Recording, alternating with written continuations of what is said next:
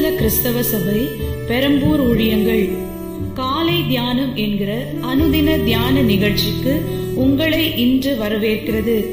இந்த சுருக்கமான வேதாகம போதனையை ஜெபத்துடன் கேட்பதின் மூலம் தேவன் உங்களை ஆசீர்வதிப்பாராக. அவரது வார்த்தையினால் நம்மை அனுதினமும் ஆதரித்து வழி நடத்தி அவரது வல்ல சாட்சிகளாக விளங்க செய்து அவரது வெற்றியின் பாதையிலே நம்மை நடத்தி செல்கின்ற நல் தேவன் நமது இனிமை மனவாளர் இம்மானுவேல் கர்த்தராகிய கிறிஸ்து இயேசுவின் மகத்துவம் உள்ள மாட்சிமையுள்ள வல்ல நாமத்தில் உங்களுக்கு எங்களது காலை நல் வாழ்த்துதலை தெரிவிப்பதில் மிகுந்த மகிழ்ச்சி அடைகிறோம். கர்த்தருக்குள் பிரியமானவர்களே, நம்மை ஆதரிக்கிற தேவனாகிய கர்த்தர் நமக்கு இருக்கிறார். அவருடைய ஆதரவிலே நாம் வாழ வேண்டும். அப்படி வாழும் பொழுது எப்பேற்பட்ட இக்கட்டு இன்னல்களை நாம் சந்தித்தாலும், போராட்டங்களை எதிர்கொண்டாலும், எதிரிகளை நாம் சந்தித்தாலும் தேவனாகிய கர்த்தர் நமக்கு ஜெயமளித்து ஆசீர்வதித்திட உண்மையுள்ளவராய் இருக்கிறார். அவரது திருவார்த்தையை மாத்திரம் நாம் பற்றி கொண்டு அதிலே நாம் வேறொன்றினவர்களாக இருக்க வேண்டும்.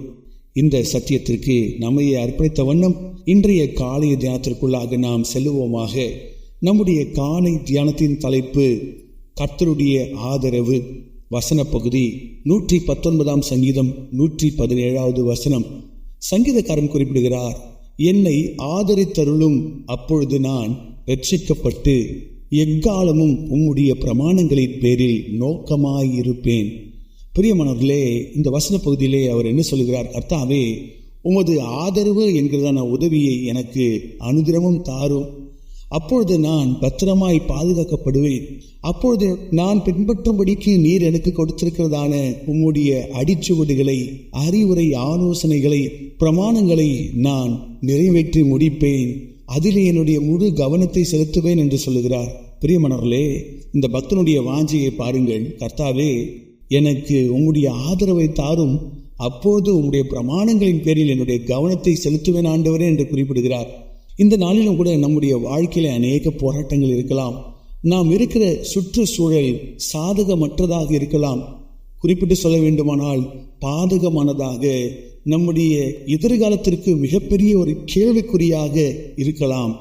இந்த நாளிலே நம்முடைய முழு கவனமும், கர்த்தாவே, நான் உம்முடைய பிரமாணங்களின் பேரில் என்னுடைய கவனத்தை செலுத்த அர்ப்பணிக்கிறேன் ஐயா என்று ஒப்புக் கொடுக்க வேண்டும்.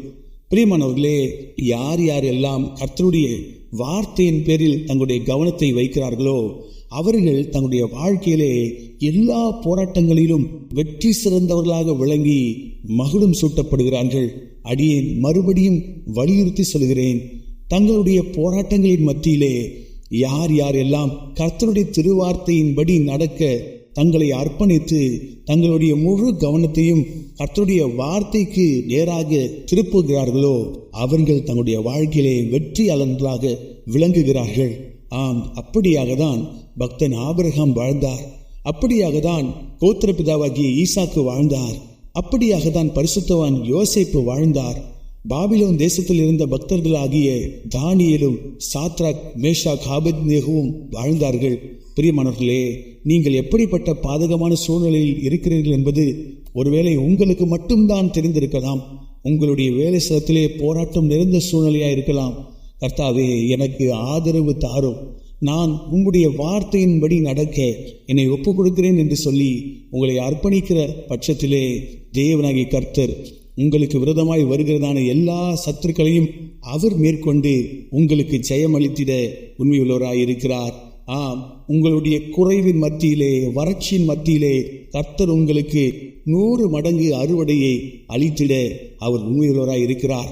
ஆம், உங்களுக்கு கடினமான வேலை காரியங்கள் இருந்தாலும், உங்களுக்கு தெரியாத புதிய உத்தியோகமாய் இருந்தாலும் தேவனாகிய கர்த்தர் உங்களோடு கூட இருந்து உங்களுடைய காரியங்களை எல்லாம் சித்தி பெற செய்ய கர்த்தர் உண்மையுள்ளவராய் இருக்கிறார்.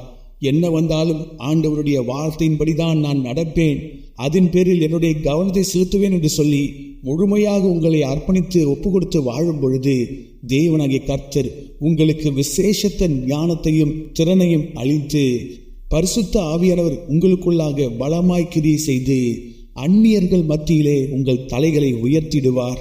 ஆம், முன்பு இருந்த உயர்வின் நிலைமையை பார்க்கிலும் கர்த்தர் இன்னும் அதிகமான உயர்வின் நிலைக்கு நேராக உங்களை நடத்திடுவார்.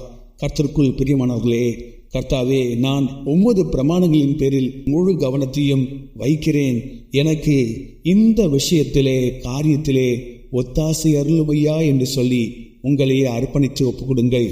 ஆதரித்தருளும் என்ற வார்த்தையானது மூலப்பதமாகிய எபிரேயிலே சாஆத் என்று உள்ளது. இந்த வார்த்தையினுடைய விளக்கம் என்னவென்றால், கர்த்தர் வேலி அடைத்து பாதுகாக்கின்றார். ஆம், பிரித்தெடுக்கப்பட்ட ஒரு வாழ்க்கை வாழ்கிறது மாத்திரமல்லாமல் அந்த ஆதரவிலே கர்த்தர் உங்களுக்கு தேவையானது அனைத்தையும் தந்து போஷித்து பராமரிக்கிறார். அவருடைய கரிசனையின் கண்களானது உங்களுடைய அனைத்து தேவைகளையும் சந்திக்கிறதற்கு ஏதுவாக இருக்கிறது. ஆம், உங்கள் தேவனாகிய கர்த்தர் தமது வல்லமையை வெளிப்படுத்தி உங்களை காத்து சுகமாய் நடத்துகிறார். பிரியமானவர்களே, இந்த நாளிலே இந்த சுருக்கமான ஜெபத்தை ஏறிடுங்கள். ஆண்டவரே, என்னை உம்முடைய ஆதரவிற்குள்ளாக வைத்துக் கொள்ளும். அப்பொழுது நான் உம்முடைய வார்த்தையின்படி நடக்க எனக்கு ஏதுவாய் இருக்கும். என்னுடைய சிந்தை போராட்டங்களின் பேரில் செல்ல வேண்டாம். உம்முடைய வார்த்தையின் பேரிலே இருக்கும்படிக்கு நீர் எனக்கு ஆதரவு அளித்தருளுமையா என்று சொல்லி ஒப்பு கொடுத்து பாருங்கள். வெற்றியாளர்களாக விளங்கிடுவீர்கள். இரு கால்களும் செயல் இழந்த நிலையில் இருந்த தகப்பனாரை கொண்ட ஒரு தடகள வீரன் தன்னுடைய இறுதி சுற்று தடகள போட்டியிலே கலந்து கொள்ளும்படியாக சென்றானாம். அவனுக்கு ஆதரவாக யாருமே அங்கே இல்லையாம். போட்டியிலே அவன் ஓடி களைத்து போய் விடாய்த்து போய் இருக்கும் பொழுது பார்வையாளர்கள் இருக்கையிலே அவனுடைய தகப்பனார் அமர்ந்திருந்ததை பார்த்தானாம். இவன் களைத்து போகிறதை கண்டவுடனே அவர் எப்படியோ கைகளை ஊன்றி எழுந்து நின்று கைத்தட்ட துவங்கினாராம். அதனை பார்த்த உடனே இவனுக்குள் இருந்ததான ஒவ்வொரு இரத்த நாளங்களும் உயிரடைந்து வேகமாக ஓடத் துவங்கினானாம். ஒன்றன் பின் ஒன்றாக எல்லா போட்டியாளரையும் கடந்து முதலாவது வந்து ஓடி சென்று தன் தகப்பனாரை கட்டி பிடித்து கொண்டானாம். நீர் ஆதரவு அளித்ததினால்தான் நான் இன்றைக்கு வென்றேன் அப்பா என்றானாம். பிரியமானவர்களே, உங்களுக்கு ஆதரவு அளிக்க உங்கள் தேவனாகிய கர்த்தர் இருக்கிறார். அவர் பலவீனமானவர் அல்ல. உங்களுடைய பலவீனங்களிலே உங்களுக்கு சத்துவம் அளித்து உங்களை ஜெயிக்க வைக்கிறவர். இந்த சத்தியத்திற்கு உங்களை அர்ப்பணித்து ஒப்புக் கொடுப்பீர்களா? கர்த்தர் இன்றைக்கு உங்களை ஆசீர்வதிப்பாராக. ஷாலோம்.